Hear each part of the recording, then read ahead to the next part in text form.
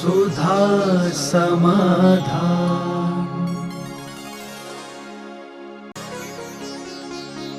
नमोस्तु गुरुदेव।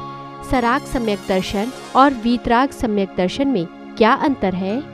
सराग सम्यक दर्शन वीतराग सम्यक दर्शन की बात जो चर्चा में आई थी अपन, सराग का अर्थ होता है जो व्यक्ति धर्म के लिए विवाह शुभोपयोग को परिणत करता है, विकल्पात्मक आलम्बन लेकर के जो देव शास्त्र गुरु का आलम्बन लेकर के अपने सम्यक दर्शन की क्रियाएं करता है, वह सराग सम्यक दर्शन है। दूसरा, जो व्यक्ति पर निमित्तों के अभाव को शौभसम रूप आदि धारण करता है, जैसे प्रसंग, संवेग, अनुकंपा, आस्तिक, ये सब सराग सम्यक दृष्टि के लक्षण हैं। प्रसम भाव प्रतिकूल पर सापेक्ष है, संवेग भाव पर सापेक्ष है, अनुकंपा भाव पर सापेक्ष है, आस्तिक भाव पर सापेक्ष है। प्रसम भाव कब आ रहा है? जब सामने की प्रतिकूल परिस्थिति आई तो उस प्रतिकूल परिस्थितियों में क्षमता रखना, वो प्रसम भाव है। संवेग भाव किससे संवेग भाव? आत्मा से नहीं, संसार से संवेग भाव करना। अनुकंपा किस पे? स्वयं पे नहीं, जीवों पर अनुकंपा करना। आस्तिक 6 द्रव्य 7 तत्व 9 पदार्थ देव शास्त्र गुरु का विश्वास करना।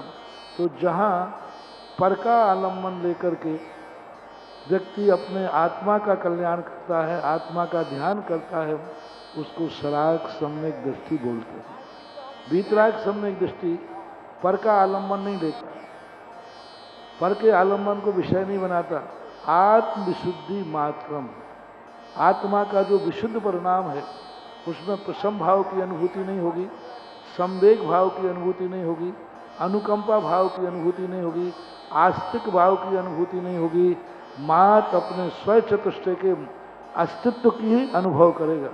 उसे 6 द्रव्य 7 तत्वों की अनुभव से बहुत ऊपर उठ गया। 6 द्रव्य 7 तत्वों को मान रहा है, लेकिन वो उससे बहुत ऊपर उठ गया। देव शास्त्र गुरु से भी बहुत ऊपर उठ गया। यहाँ तक कि वो अपने सम्यक दर्शन ज्ञान चारित्र जो भेदात्मक था उससे भी ऊपर उठ गया।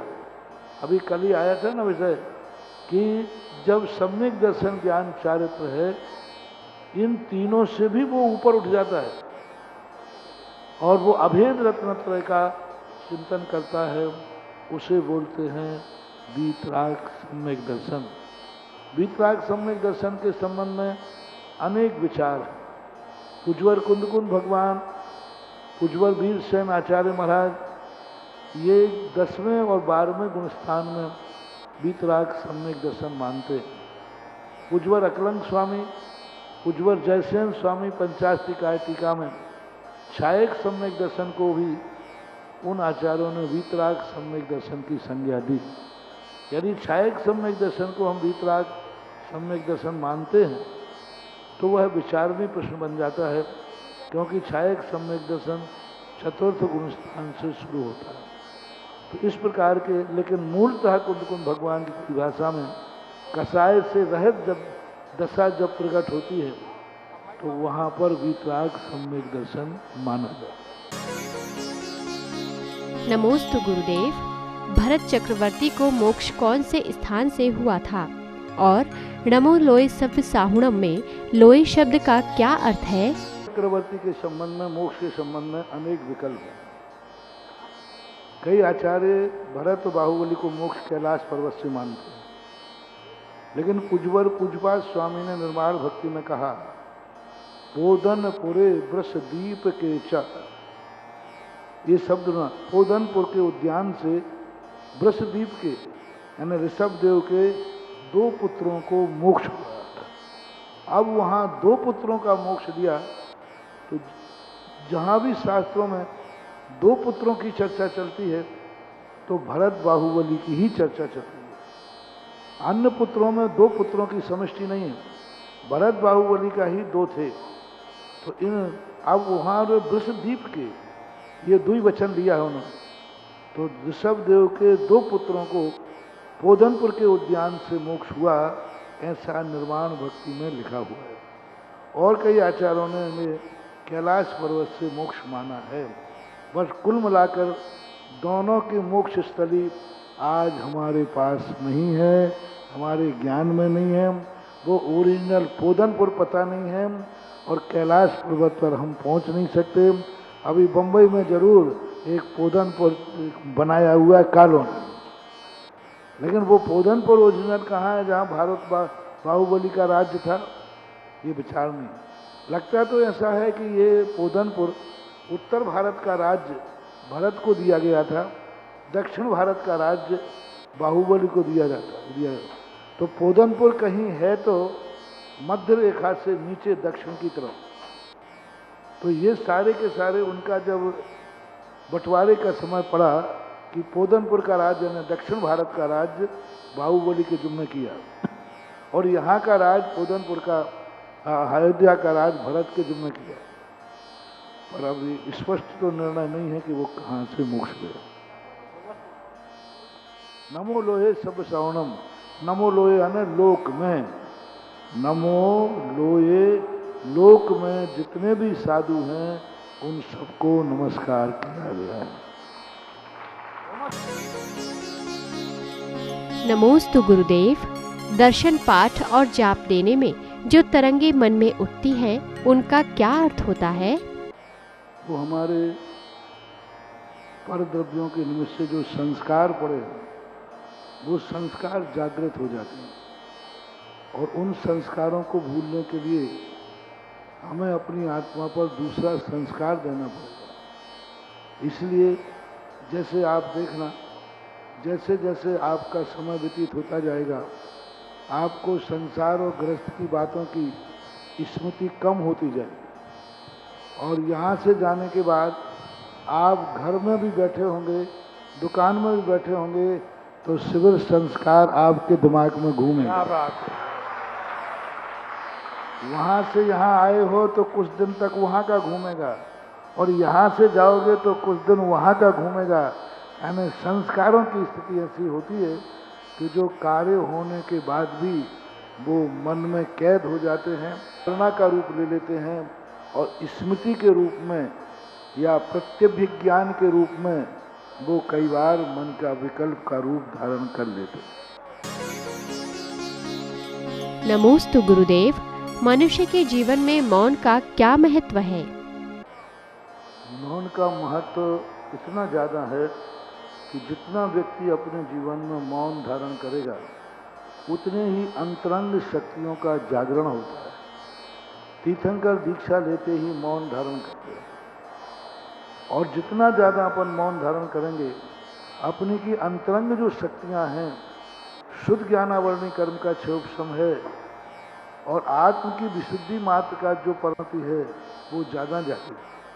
क्योंकि जितना हम बोलते हैं, बोलने से जो हमारी शक्ति होती है वो शक्ति क्षय को प्राप्त है। इसलिए बोलना, हमें बोलते समय भी अंतरंग से मौन रहता है। ज्ञानी व्यक्ति बोलता है लेकिन अंतरंग से वो मौन रहता है। वो अपना टेंशन आत्मक नहीं बोलता, वो विशेष प्रकार से विकल्पात्मक नहीं बोलता, सहज भाषा में बोलता जाता है। बोलते हुए भी मौन रहा जाता है, बोलते हुए मौन रहा जाता है। किसी पापादि अशुभ कार्यों में नहीं बोलना भी सबसे बड़ा मौन है। बोलते हुए मौन है, बोलते हुए भी मौन है। और एक मौन जो होता है वाचनिक मौन होता है। इस मौन रहने से अपने आप को कुछ समय देने का मौका मिलता है, अपने आप की परीक्षा करने का मौका होता है, अपने अंतरंग में झांकने के लिए बहुत मौका मिलता है। मौन का आनंद बहुत ज़्यादा है। हम लोगों को दिन की अपेक्षा रात में ज़्यादा आनंद आता है क्योंकि हम लोग रात में मौन रहते हैं। नमोस्तु गुरुदेव। प्रतिक्रमण में 7 घारव शब्द का क्या अर्थ है? गारव का अर्थ होता है अभिमान, गर्व। शब्दों का गारव हमारे लिए बहुत ज्ञान है हमारे लिए बहुत अच्छा उच्चारण है, हमारे लिए बहुत अच्छा पोषण करता हूँ, ऐसे अंदर की अनुभूति आना, ये शब्द गौरव कहलाता है। और रिद्धि गौरव यानी अपनी तपस्या से अपनी शक्तियों के ऊपर गर्व करना। सात गौरव का अर्थ होता है साता का गौरव। देखा, हमें बहुत साता है, हमें कोई बीमारी नहीं होती, आप हमेशा बीमार पड़े रहते हैं। तो अपने साता का, अपने पुण्य का, अपने सुख का अहंकार करना, इसको सात गौरव बोलते हैं। नमोस्तु गुरुदेव। वर्षों से बनाए हुए रिश्ते गलत व्यवहार करने से क्यों टूट जाते हैं? वास्तविक रूप से जो संबंध होते हैं, संबंध जब वास्तविक संबंध होता है तो कभी प्रतिकूलता आती ही नहीं। कितना भी प्रतिकूल हो जाए, संबंधी की बात को कभी भी नकारात्मक नहीं लेना चाहिए।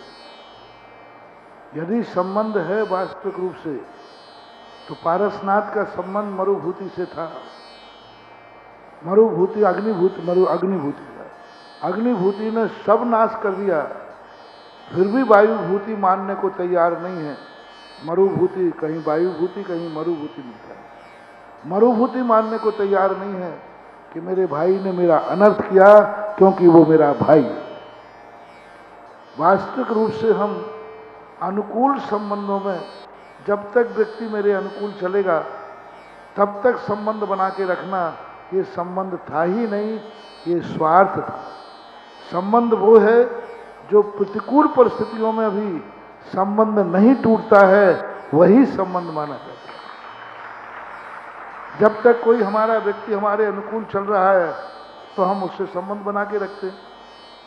ये तो स्वार्थ नहीं। एक बार मैंने संबंध बनाया है, वो मेरे कितने प्रतिकूल हो जाए, लेकिन मैं उसके प्रतिकूल नहीं होऊंगा। विपत्ति काल में, प्रतिकूल परिस्थितियों में भी वही वात्सल्य बना रहता है। वह संबंध वास्तविक संबंध कहलाता है। इसलिए तो सांसारिक संबंधों को स्वार्थमय संबंध का। महारानी लक्ष्मीबाई के बेटा दामोदर अपनी पीठ पर लादे हुए वो जब भाग रही थी, एकदम चारों तरफ अंग्रेजों से घिर गई। और उस समय उसने अपने बेटे से पूछा, बेटा मैं कौन हूँ? बोले, आप मेरी माँ हैं। तो तू मुझे माँ क्यों मानता है? क्योंकि हम तुम्हारे लिए माँ मानते हैं, क्योंकि आप जो कुछ भी करेंगे हमारे हित में करेंगे। तो लक्ष्मीबाई ने कहा, यदि मैं तुझे मार डालूं तो? मैं तुझे मार डालूं तो? तो बेटे ने कहा, माँ के हाथ से मरूंगा तो भी मेरे गर्व की बात है, मेरे हित की बात है। माँ के हाथ से मरूंगा, मेरे गर्व की बात। माँ मुझे मारेगी भी तो मेरे हित में मारेगी। और लक्ष्मीबाई ने तुरंत दामोदर की गर्दन उड़ा दी, तुरंत उड़ा दी। उसने कहा, अब मुझे बेटे की हत्या का पाप नहीं लगेगा, क्योंकि बेटा मैं मारूंगी तब भी यह मुझे माँ मानेगा। ये संबंध कहलाते हैं। हम तो थोड़ी सी प्रतिकूलता पड़ जाए तो संबंध तोड़ देते। दो भाई भाई की तरह जन्मते हैं और एक मिनट में दुश्मन बन करके दुश्मन की तरह मरते हैं। ये सब स्वार्थमय संसार है। 99% तो सारे संबंध बंधुओं, तुमसे या तुम्हें दूसरों से कोई राग नहीं है। शुद्ध दारा हो ये न शीरी, सब स्वार्थ के हैं धीरी। उज्ज्वल अमृतचंद सूरी महाराज ने समय सार की आत्मख्याति टीका में कहा, इन संबंधों में तुम मोहित मत हो। ये सारे संबंध तुम्हारे लिए लुभाने वाले हैं। जिस दिन तुम्हारा पुण्य कम हो जाएगा, उस दिन सब छोड़ के चले जाएंगे, तुम अकेले बचोगे। जिस दिन थोड़ा सा पुण्य कम हो जाएगा, थोड़ा ही सा तुम्हारे पुण्य में कमी आएगी, कोई तुम्हारा नहीं, सब कह देंगे मेरा क्या लेना देना। और जब तक तुम्हारा पुण्य है, सब तुम्हारे आगे पीछे घूमते हैं। ऐसा संसार का स्वभाव है। संसार में ऐसा ही होता आया है। सावधान रहना चाहिए। कितना भी तुम्हारा साथियों की भीड़ हो, हमेशा पैर जमीन पर रखना चाहिए। पर भीड़ पर जिनकी नीड खड़ी हुई है वो एक दिन धूल में मिल जाएंगे। और कितनी भी भीड़ हो, अपना पैर जमीन पर रखे हो तो भीड़ बिल भी छट जाए तो भी तुम चलते हुए नजर आओगे, ये हमेशा सोचना। नमोस्तु गुरुदेव। प्रतिक्रमण में अपरिग्रहित स्त्रियां कौन सी होती हैं? यानी जिस व्यक्ति के साथ तुमने विवाह नहीं किया है, जो कुंवारी कन्या है, किसी के द्वारा ग्रहण नहीं की गई है, उसको अपरिगृहित कहते हैं। कुंवारी कन्या के लिए ऐसा माना। नमोस्तु गुरुदेव। रिद्धिधारी मुनियों को अपनी रिद्धि का सदुपयोग करने पर प्रायश्चित क्यों करना पड़ता है? क्योंकि कभी कभी रिद्धि से कुछ ऐसे कार्य करना पड़ते हैं जो कि मुनि मर्यादा के विपरीत होते हैं। जैसे विष्णु कुमार महाराज को अपना भेष बदल करके उनको ताड़ित करना पड़ा, मायाचारी करना पड़ी उनके सामने अपने आप के धर्म की रक्षा के लिए। तो मैंने कल ही कहा था ना, महान, आज ही तो कहा था, महान पुरुष जो हैं गलती नहीं होने पर भी प्रतिक्रमण कर लेते हैं और प्रायश्चित कर लेते हैं। उन्होंने कोई खोटा काम नहीं किया था, 700 मुनियों की रक्षा की थी, लेकिन फिर भी उनको ऐसा लगता है जैसे मेरे से कोई भूल हो गई हो। तो महान आदमी सदा विनयशील होकर क्षमा मांगने में और क्षमा करने में, दोनों में महान आत्माएं निपुण होती हैं, ऐसा माना। नमोस्तु गुरुदेव। कौन से कर्म बंध के कारण हम शिविर में नहीं पहुंच पाए थे? कोई ना कोई अंतराय कर्म होता है। किसी भी कार्य को, अच्छे कार्य को करने के लिए शिवसम भाव चाहिए, लेकिन अच्छे कार्य के लिए निमित्त मिल जाना, ये एक नियम से पुण्य के उदय चाहिए। तो जिन व्यक्तियों के साता आदि पुण्य के उदय होते हैं उनको मिल गया, उनके अंतराय कर्म का उदय था, इसलिए वो नहीं आ पाए। सुधा समाधान